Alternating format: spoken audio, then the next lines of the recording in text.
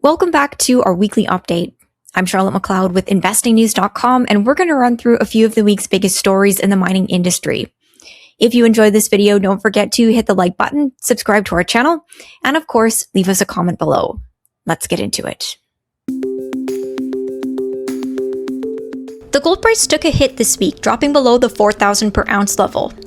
Silver fared much the same, slipping under $60 per ounce. Both precious metals were under pressure as conflict in the Middle East ramped up, reigniting worries about higher prices and interest rate hikes from the US Federal Reserve.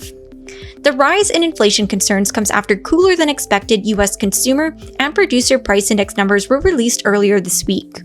However, any optimism was quickly quashed by new Fed Chair Kevin Warsh, who said in his first congressional testimony that there's still plenty of work to do. Taking a step back from day-to-day price action, I've just returned from the Rule Symposium and want to highlight a few of my key takeaways about the outlook for gold and silver. Starting with prices, many of the experts I heard from were clear that gold and silver can still potentially go lower than where they are now, at least to some degree. The broad consensus was that gold isn't likely to go below $3,400 to $3,500, while $50 is probably the floor for silver, although its volatility means that's not guaranteed. Here's Dana Samuelson of American Gold Exchange explaining the downside for gold. With regard to gold in particular, gold went from $3,400 to $3,950 very quickly last spring into the summer, if I remember correctly, or in the fall. It moved really fast. And then we moved all the way to $5,400. But on the way down, we've backfilled a lot of the space between 5,400 and now 4,000. But there's an air gap between 3,950 and 3,400 that we could, if we break 3,950, we could trade in the 3,400, 3,450 to 3,950 range and backfill that. That is where I think potential liability is for gold right now on a technical basis. In terms of silver, Tavi Costa of Azuria Capital did a great job of explaining why the $50 level may or may not hold for the white metal. And I would say on the floor aspect, any technical analysis, which tends to be a very simple way of looking at the world, and it doesn't mean it's wrong. It just means sometimes the world can be a little more complex than just looking at drawing lines and saying, well, this is a support. But I think everybody that has a chart in their screen will see that there is a very important support at 50. I would say with a lot of experience in looking at this market, I think that the metal does not like to respect these things very much. I've seen it break it or not go there many times. Tavi also touched on another prominent theme at the Rule Symposium, which was that finding a price bottom is a process, not necessarily a single moment.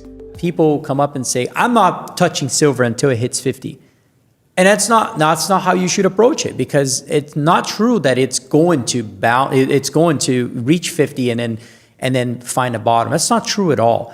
It could go to 45. I don't know. The only way you do it, in my view, is that bottoms are a process. You hold some cash and you keep deploying gradually until you find, like if you think that we're going to go to 120, 130, 150, who cares if you bought it at 50 or at 60?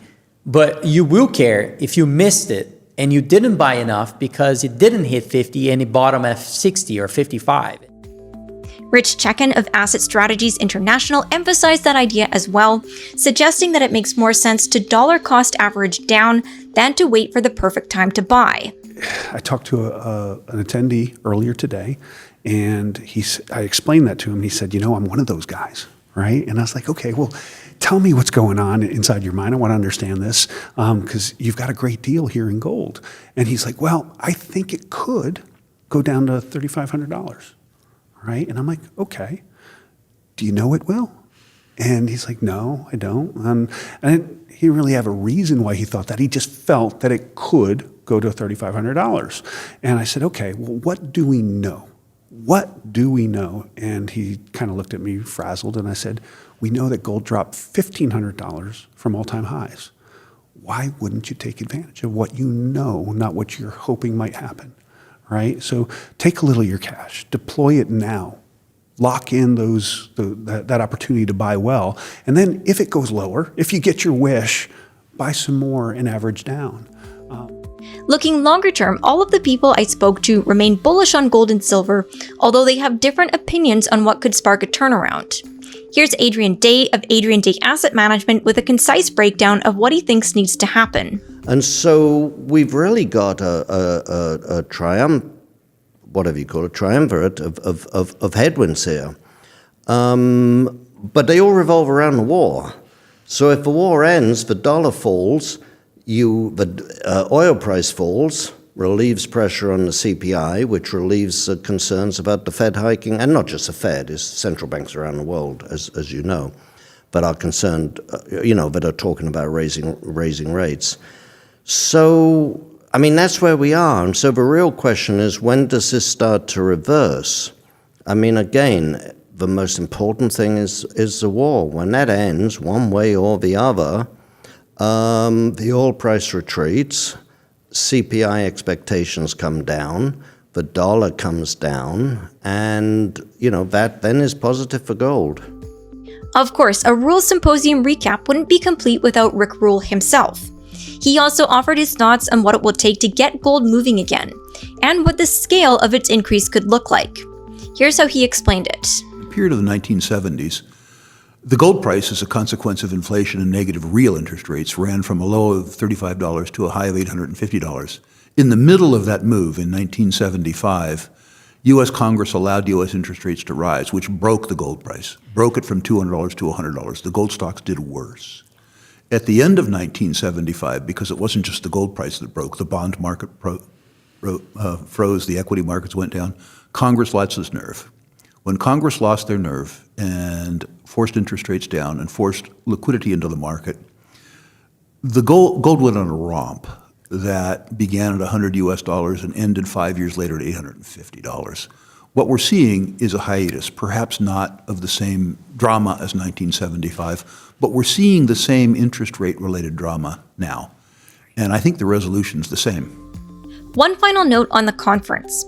While gold and silver were front and center, they're not the only commodities that came up. If you're looking for other potential areas of opportunity, the three most frequently mentioned were copper, oil, and uranium. I'll leave the links to all the interviews mentioned in the video description. I definitely recommend checking them out to get each person's full thoughts. I'd also love for you to let me know who you'd like me to interview as we head into the second half of 2026. It sounds like the next 6 months could be just as interesting as the last 6 months, and as always, I want to bring you guests who can help you make informed decisions. Drop a comment below to let me know your thoughts. Thank you for watching. If you like this video, make sure you hit the like button and subscribe to our channel. We'd also love to hear your thoughts, so leave us a comment below.